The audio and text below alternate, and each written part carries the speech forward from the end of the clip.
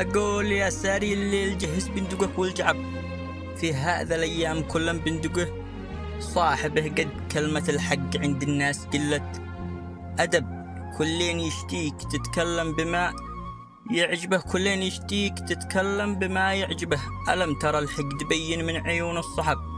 يعني توخى الحذر من صاحبك وانتبه، ما كل من كان حولك بايلبي طلب. هذا احتزم به وهذا الشخص لا تحسبه، وذاك عياب من نص الطريق انسحب.